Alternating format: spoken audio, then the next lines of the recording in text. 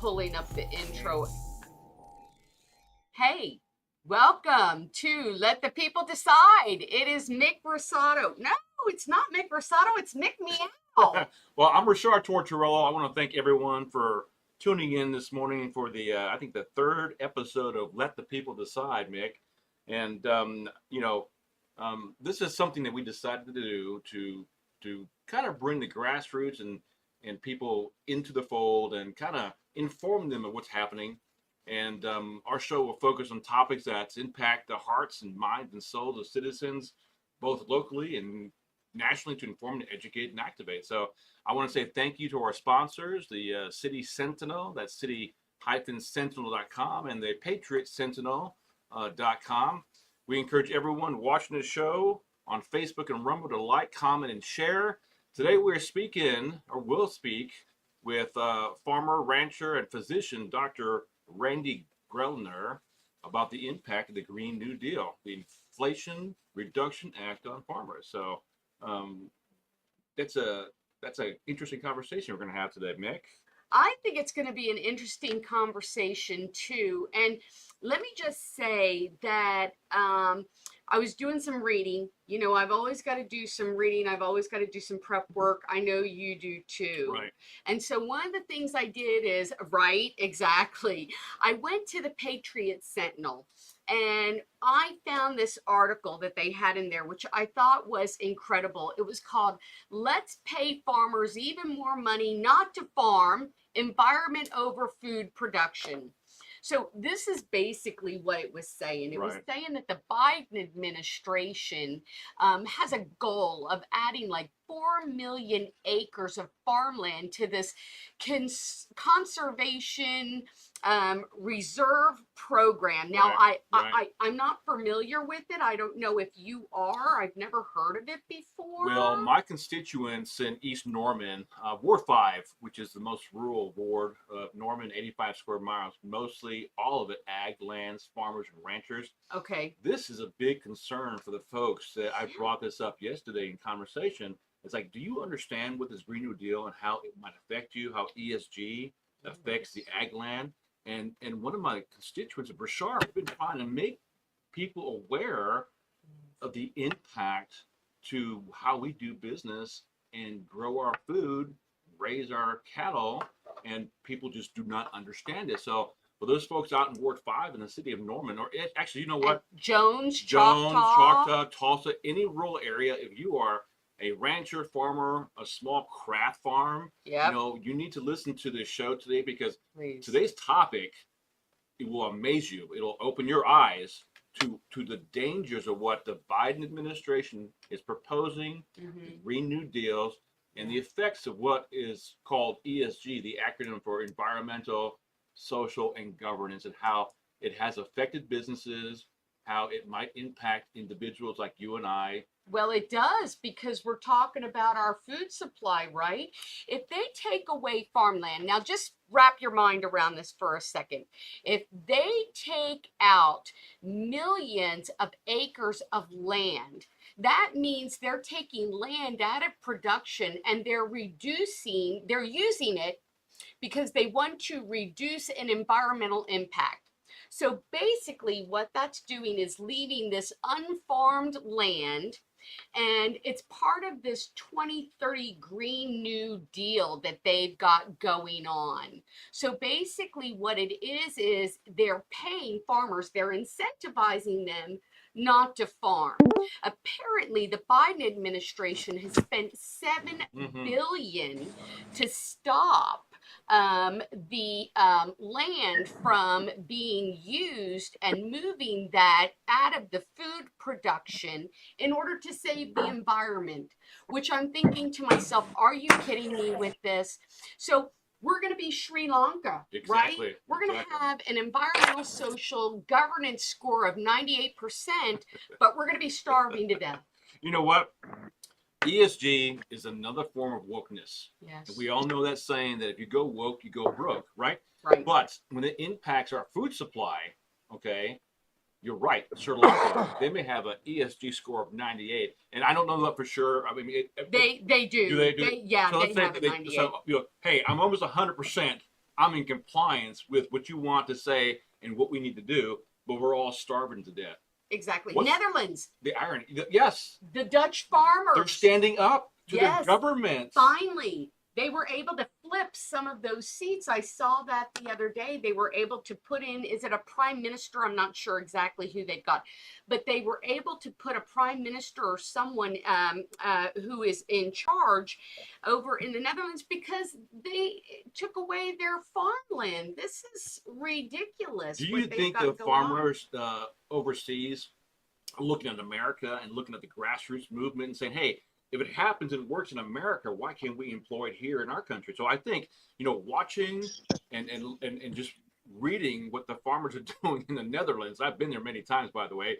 Right. They are realizing that if we stand together as a grassroots movement, they can affect change in their government. And we are seeing the results because the government is saying, what the heck is going on here? Shook them up, didn't it? They got their attention. That it sure did. That was the entire point. Was to get the attention of the politicians in the political state to say, hey, you know what? This is crazy.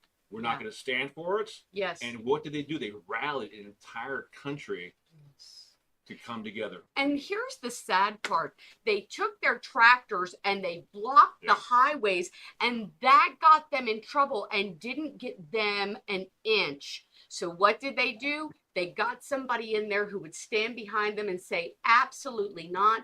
We don't like the way that the government is being oppressive to the farmers, and they stood up for them. Now, I do want to just kind of touch on this because we've got Dr. Grellner who's standing by, and he's going to be on with us in just a minute. But I just want you all to be aware that farmers under the Green New Deal, which is the Inflation Reduction Act, is what they call. I call it the Inflation Acceleration Act. The U.S. Securities and Exchange Commission has proposed a rule. I want to tell you all this. It's mandating this extensive climate disclosure. So what is that going to do? That means that they're going to have to be out there. There's this proposed rule, expansive reporting. They're calling it a Scope 3. I'm not sure, I'm not a farmer, but they're calling it a Scope 3 greenhouse gas emission. And so farmers are going to have to start reporting the amount of methane.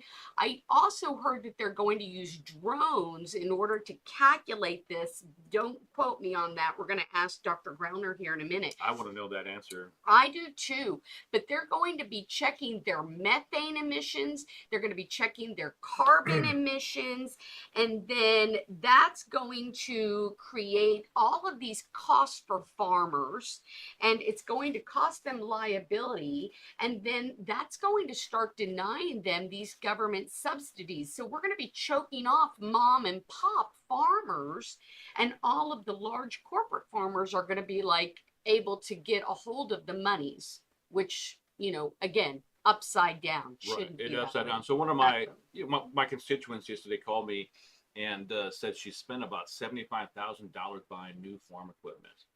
$75,000, and that was in the low end too of the equipment she needed to farm her land. Yeah. Now, can you imagine if this was actually implemented now? This rule, I know it's in the proposed stage, but if it was passed, the hoops that she would have to go through, her and the other farmers in Ward 5 of the city of Norman and any rural area in the state of Oklahoma, just to buy the equipment they need to do their business and their job, which is to provide us food.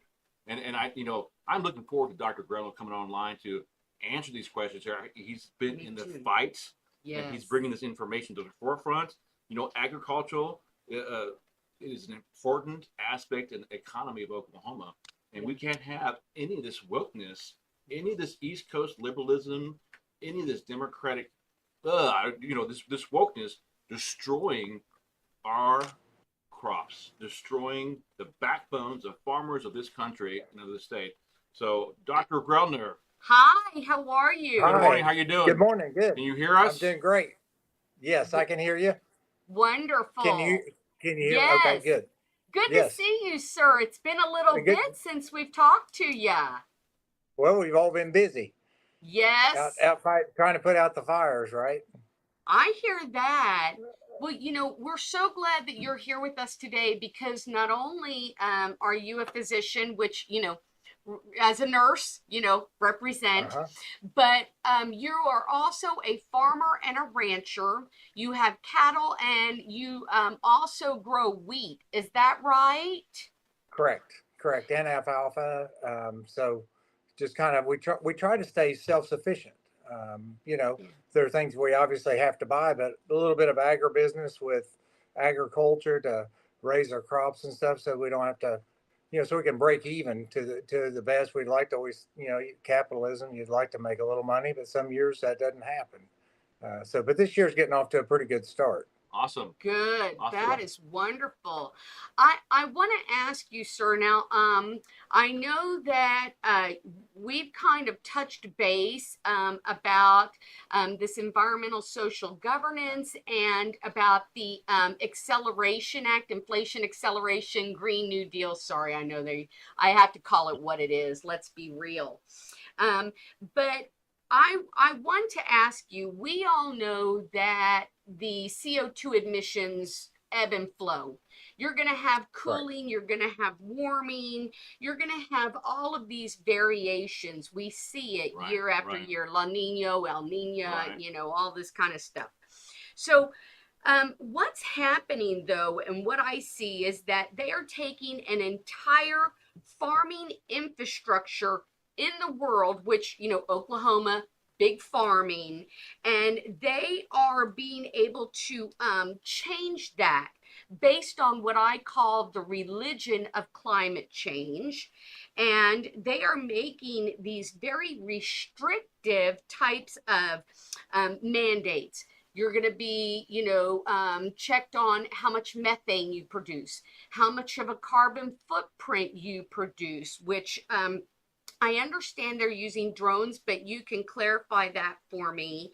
And then they are also putting all these mandates on natural gas and oil.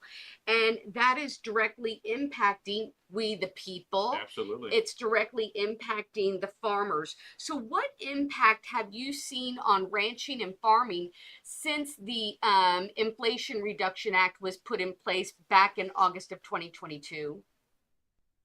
Yes. Okay. So last summer we saw the highest fertilizer prices that Mm. we've ever seen, and some of that was due to Ukraine, Russia, but you know, and that probably set me off to understand this deal. They don't have to tell you can't buy it.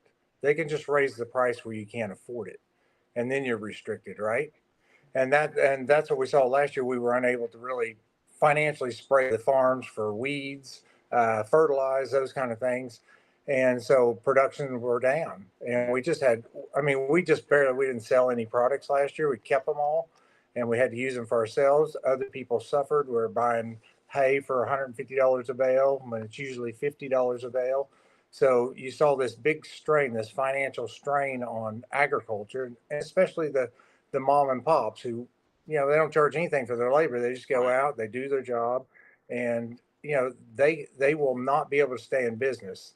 And when that happens, fertilizer and diesel were the biggest things that happened last summer, that slowed down our ability to produce product. And you know, the United States somewhat will get along better than the rest of them short term, but we're coming to a food shortage. That's where this is coming to.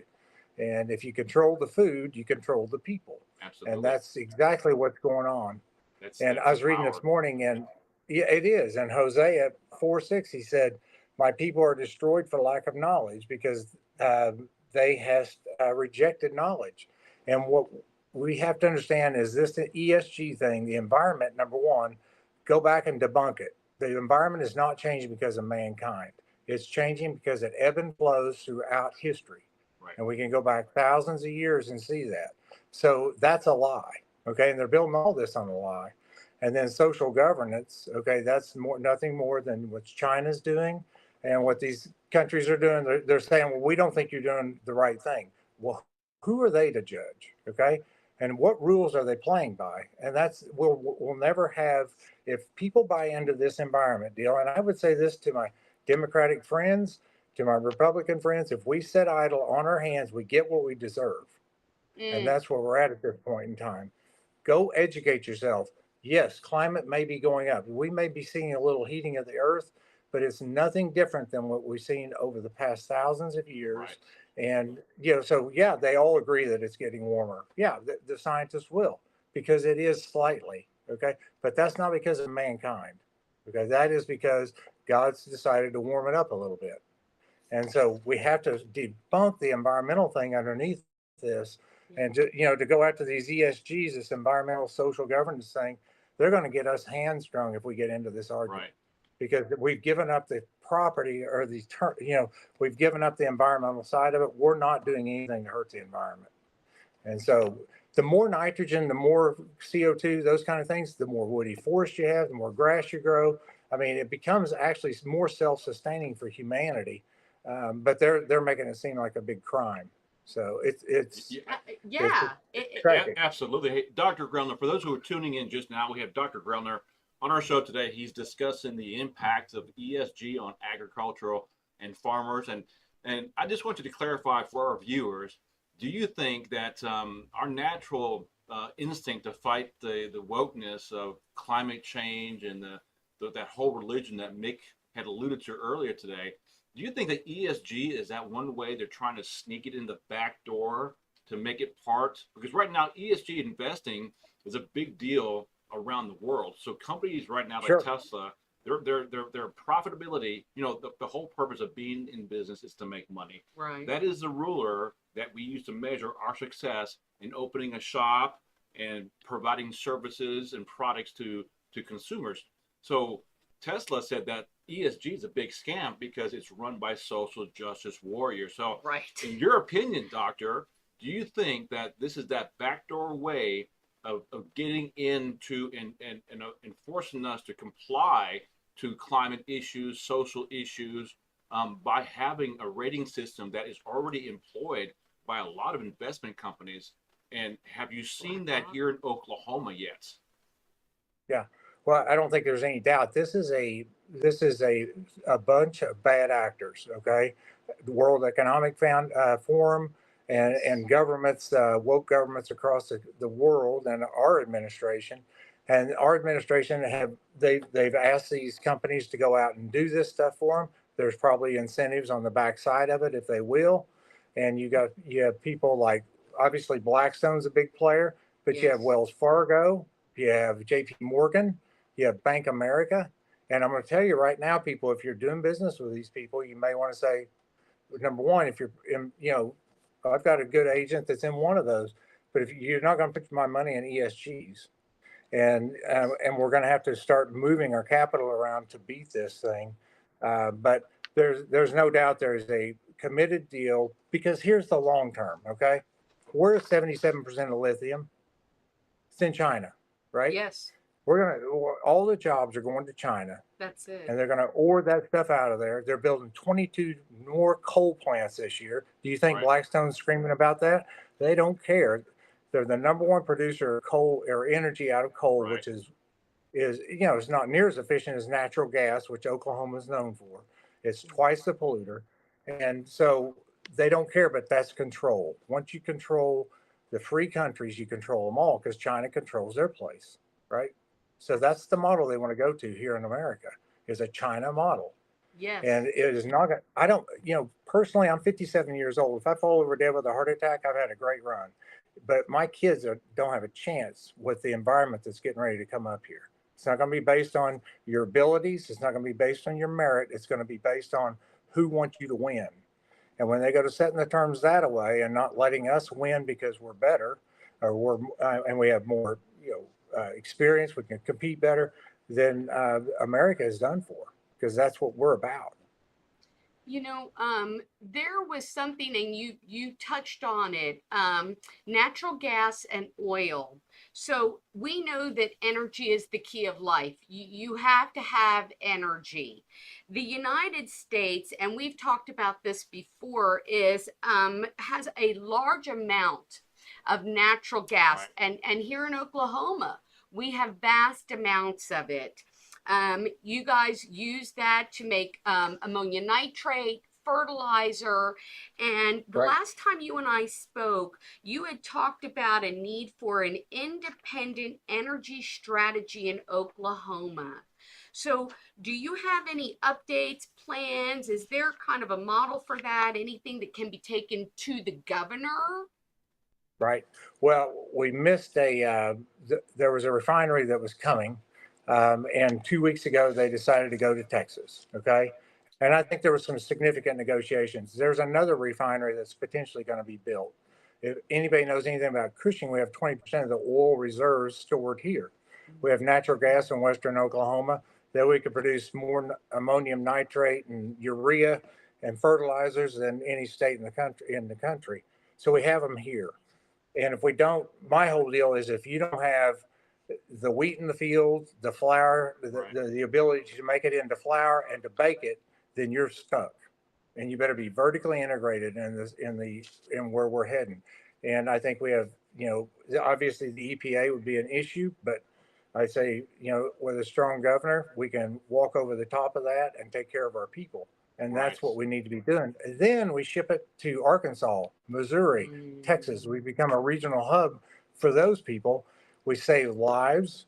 We increase products that are going to those people, and we better our lifestyle. But the combustion engine is not the enemy.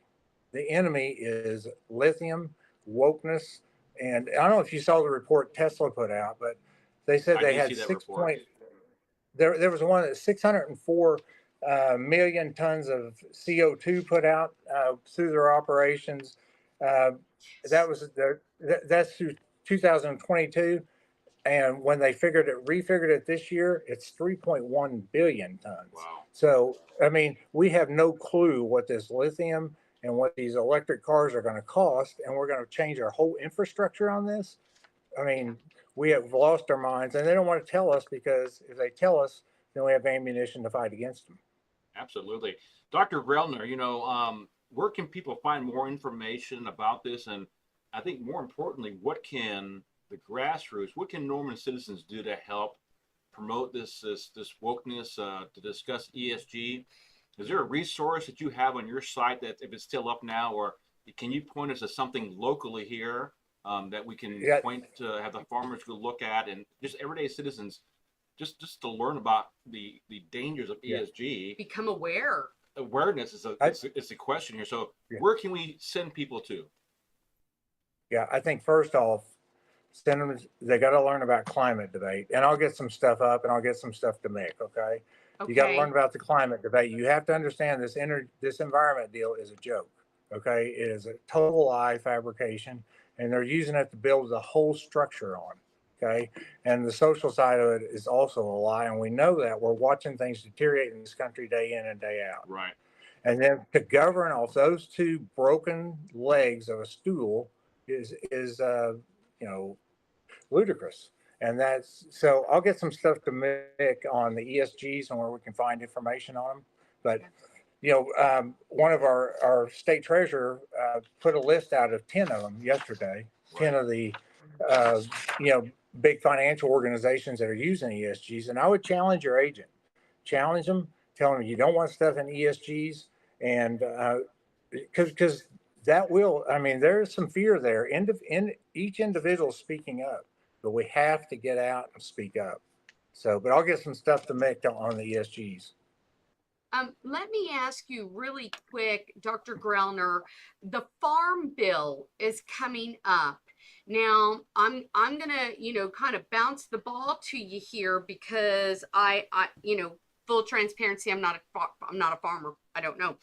But I do know every 5 years, apparently the Farm Bill comes up, and, that directly and indirectly impacts us.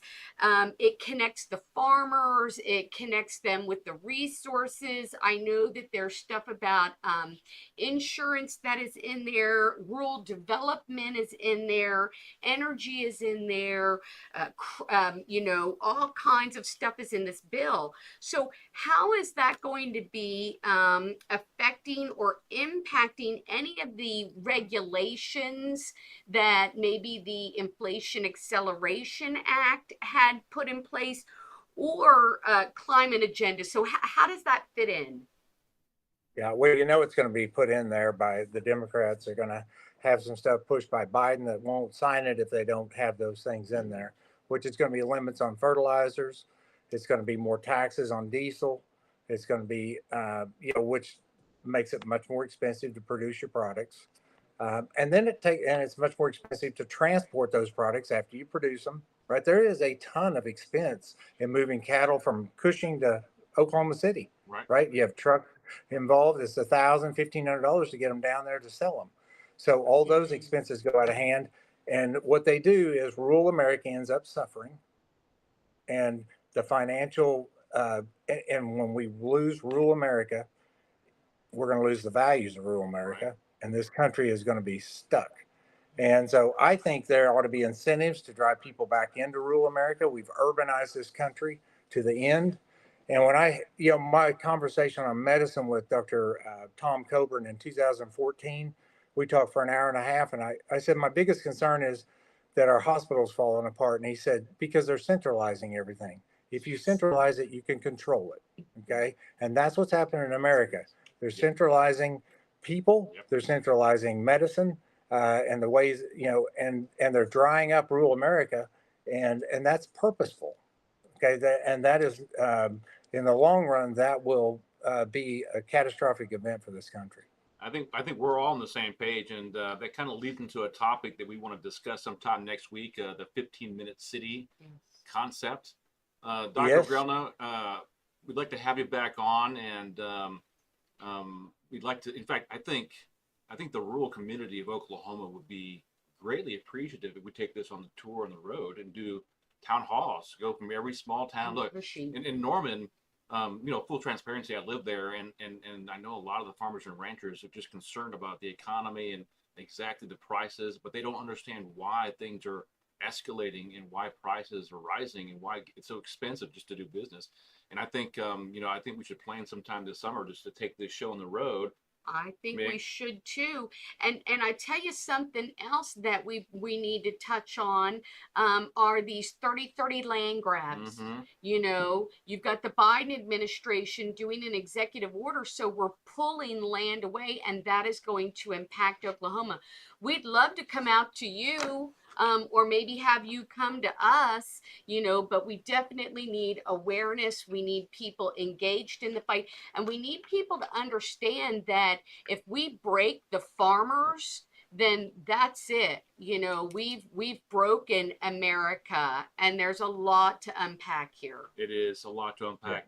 Hey, Dr. Grelner, thank you for being on the show. If you want to hang out, we're going to have the after the show where we continue this conversation.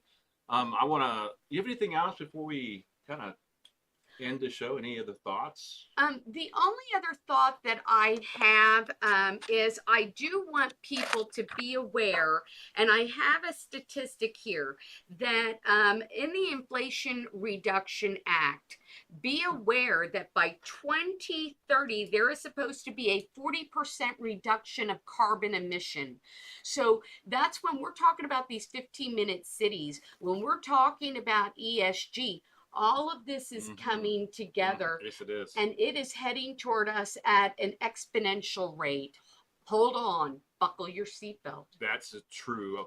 Hey, I want to thank our viewers for today's show. This is our third episode of Let the People Decide.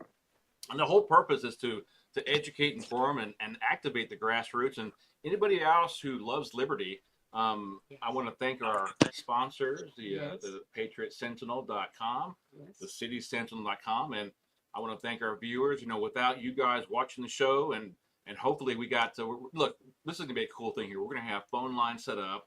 We're gonna allow you guys to call in and ask these questions. Come to the studio. We have studio seating here, and we'd like to have that live audience. But until tomorrow, I want to thank everyone. Dr. Grelner, thank you for showing up today, and Mick, as always, Rarchar, thank you for what you do. You too, my friend. All right, guys. Bye.